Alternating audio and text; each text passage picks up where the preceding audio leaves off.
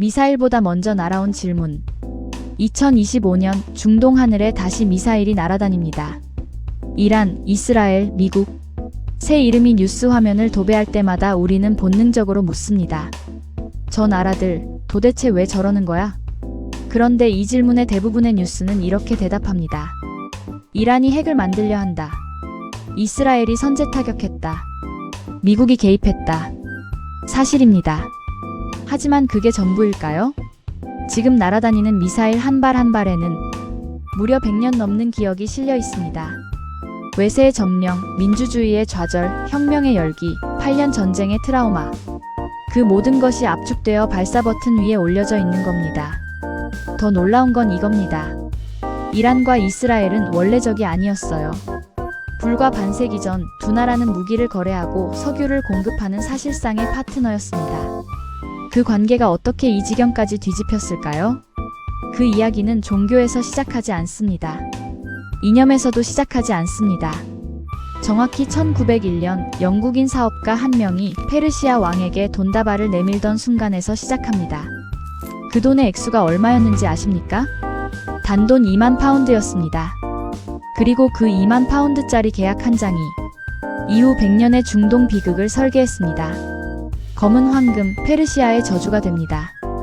1901년 영국인 광산업자 윌리엄 다시는 페르시아 카자르 왕조 국왕을 찾아갑니다. 그가 내민 조건은 간단했습니다. 석유가 나오면 수익의 16%를 드리겠습니다. 대신 60년간 채굴권을 주십시오. 국왕은 사인했습니다. 땅속에 뭐가 있는지도 모른 채 7년 후인 1908년 5월 26일 이란 남서부 마스지드 솔라이만 지하 360m에서 검은 액체가 터져나왔습니다. 중동 역사상 최초의 유전 발견이었습니다. 채굴팀장 레이놀즈는 런던 본사에 암호 같은 정보를 보냈습니다. 시편 104편 15절 삼행을 보십시오. 성경을 펼친 본사 임원의 눈에 들어온 구절은 이랬습니다. 사람의 얼굴을 윤택하게 하는 기름. 페르시아에게는 저주의 시작이었지만 영국에게는 황금알을 낳는 거위였습니다. 영국은 앵글로 페르시아 석유회사를 세우고 본격적으로 기름을 퍼 올리기 시작했습니다. 약속한 16%도 제대로 지키지 않았습니다. 실제로 이란에 돌아간 몫은 8에서 10%에 불과했다는 기록이 있습니다. 그리고 1913년 당시 영국 해군 장관이던 윈스턴 처칠이 이 회사의 지분 과반수를 직접 사들였습니다. 이란의 석유가 영국 해군의 연료가 된 순간이었습니다. 2차 세계대전이 터지자 영국과 소련은 이란의 중립선언을 무시하고 1941년 8월 군대를 보내 유전지대를 직접 점령합니다. 이란군은 싸워볼 틈도 없었습니다.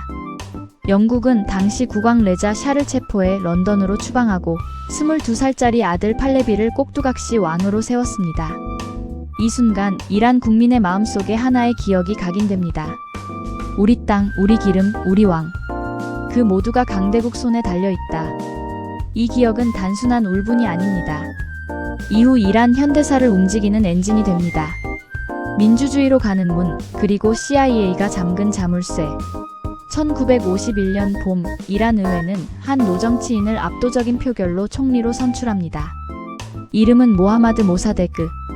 귀족 출신의 스위스에서 박사학위를 딴 70대 노인이었지만 그가 내건 구호는 이란 역사상 가장 강렬한 것이었습니다. 이란의 석유는 이란 국민의 것이다. 그는 말뿐이 아니었습니다. 1951년 5월 1일 모사데그 정부는 앵글로 이란 석유회사의 유전과 정유시설 전체를 국유화합니다. 50년간 이란의 기름을 퍼가던 영국 회사를 단숨에 접수한 겁니다. 이란 시민들은 거리로 나와 환호했습니다. 이후 사우디아라비아조차 1950년 미국 회사 아람코와 석유 수익을 50대 50으로 나누는 협상을 타결했는데 이란이 받는 건 그에도 못 미쳤으니까요. 그러나 영국은 즉각 경제 봉쇄에 들어갔습니다. 이란 석유 수출을 막고 이란을 국제무대에서 고립시켰습니다. 그리고 미국을 끌어들입니다. 냉전이 한창이던 당시 미국은 모사데그가 소련에 기울 수 있다는 판단을 내립니다. 1953년 8월 19일 CIA와 영국 MI6는 공동으로 아약스 작전을 실행합니다. 거리 시위 조직, 언론 여론 조작, 정치인 매수, 군부 동원. 모사데그는 체포되어 3년 징역형을 선고받고 이후 죽을 때까지 가택연금 속에서 생을 마쳤습니다. 팔레비 국왕이 권좌를 되찾았습니다. 미국 정부는 2013년이 되어서야 기밀 문서를 공개하며 CIA가 이 쿠데타를 주도했다는 사실을 공식 인정했습니다. 이란 사람들이 이날을 잊지 못하는 이유가 있습니다. 민주적으로 선출된 지도자가 석유 주권을 주장했다는 이유만으로 강대국의 비밀 공작에 의해 사라진 것을 직접 목격했기 때문입니다. 그 기억이 나중에 대항마라는 구호가 됩니다. 1979년 한 나라가 자기 자신을 완전히 뒤집게 됩니다. 쿠데타로 복권된 팔레비 왕은 26년 더 이란을 통치합니다. 미국의 지원을 등에 업고 서구식 현대화를 밀어붙였습니다. 테헤란 거리엔 미니스커트가 등장했고 미국 팝송이 흘러나왔습니다. 겉으론 눈부신 발전이었지만 그 아래에서는 두 가지 분노가 쌓이고 있었습니다. 하나는 경제적 불평등. 석유 수입이 쏟아지는데 혜택은 왕족과 측근들에게만 돌아갔습니다. 다른 하나는 정치적 억압. 왕정의 비밀경찰 사바크는 반체제 인사들을 감시하고 체포했고 CIA가 직접 이 조직을 훈련시켰다는 기록이 있습니다. 1978년부터 거리 시위가 폭발하기 시작했습니다. 프랑스에 망명 중이던 아야톨라 호메이니의 목소리가 녹음 테이프로 이란 전역에 퍼졌습니다. 결국 1979년 1월 팔레비 왕은 휴양을 이유로 이란을 떠났습니다. 사실상 도주였습니다. 2월 망명 15년 만에 귀국한 호메이니를 수백만 명이 거리에서 맞이했습니다.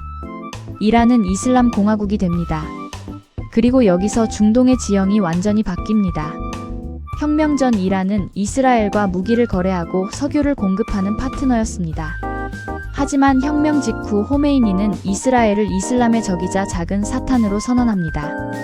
테헤란의 이스라엘 대사관은 팔레스타인 해방기구에 넘겨졌습니다. 같은 해 11월 혁명을 지지하는 대학생들이 미국 대사관을 점거합니다.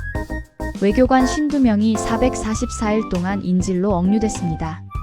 미국은 이란과 국교를 단절했고 이 단절은 지금까지도 이어집니다. 한 나라가 자신의 정체성을 완전히 다시 선언했습니다. 그리고 그 선언의 충격파는 아직도 중동 전체에 퍼지고 있습니다. 8년 전쟁, 그리고 핵이라는 결론. 혁명의 흥분이 채 가라앉기도 전인 1980년 9월 이라크의 사담 후세인이 이란을 침공합니다. 이 전쟁은 단순한 국경 분쟁이 아니었습니다. 미국은 이라크에 정보를 제공했고 이라크는 이란군을 향해 화학무기를 사용했습니다. 국제사회는 침묵했습니다. 유엔은 이란의 항의를 묵살했습니다. 8년간 이어진 전쟁에서 이란은 수십만 명을 잃었습니다. 도시가 불탔고 경제는 무너졌으며 전쟁이 끝난 1988년에도 이란이 얻은 건 아무것도 없었습니다. 국경은 전쟁 전과 똑같았습니다. 이 전쟁은 이란 지도부에게 하나의 결론을 심어줍니다. 국제사회는 우리를 보호해주지 않는다. 유엔도, 국제법도, 어떤 강대국도. 우리가 살아남으려면 우리 스스로 억지력을 가져야 한다. 그 억지력이 무엇을 의미하는지 이란은 이때부터 조용히 연구하기 시작했습니다. 이스라엘 입장에서 이 논리는 받아들일 수 없는 것입니다. 이스라엘의 존재 자체를 부정하는 나라가 핵 능력까지 갖추는 것은 그들의 언어로 생존의 위협 그 자체였습니다. 여기서 오늘날 갈등의 핵심 구조가 만들어집니다. 이란은 핵 개발을 생존을 위한 억지력이라 부릅니다. 이스라엘은 그것을 제거해야 할 실존적 위협이라 부릅니다. 미국은 그 사이에서 개입과 압박을 반복합니다. 누가 옳고 그른 문제가 아닙니다. 두 나라 모두 자신의 언어로 이 상황을 생존으로 읽고 있다는 게 핵심입니다. 그래서 이 갈등은 협상 테이블에서 쉽게 풀리지 않습니다. 역사는 왜 계속 불붙는가? 정리해보겠습니다.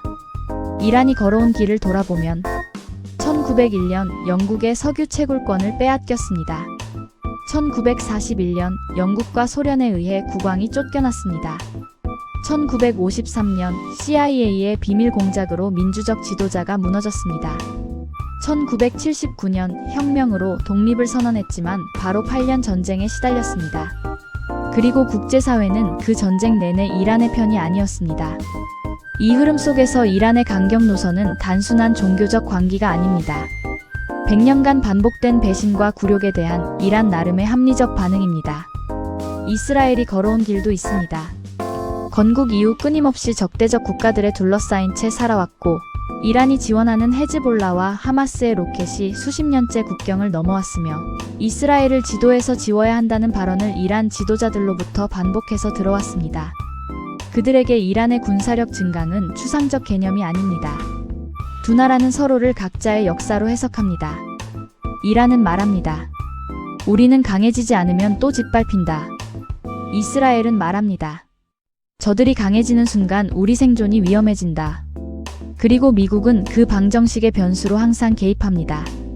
이란에게는 오래된 적대의 역사로, 이스라엘에게는 핵심 동맹으로. 지금 뉴스에서 보이는 미사일과 공습은 그 긴 역사의 최신 버전입니다. 우리가 중동 뉴스를 제대로 이해하고 싶다면 오늘의 분노만 볼 것이 아니라 그 분노를 만든 역사의 층위를 함께 봐야 합니다. 그리고 가장 무서운 사실은 이것입니다. 이란과 이스라엘 두 나라 모두 자신은 방어하고 있다고 믿는다는 점. 하지만 한쪽이 방어라고 부르는 것이 상대방 눈에는 공격으로 보입니다.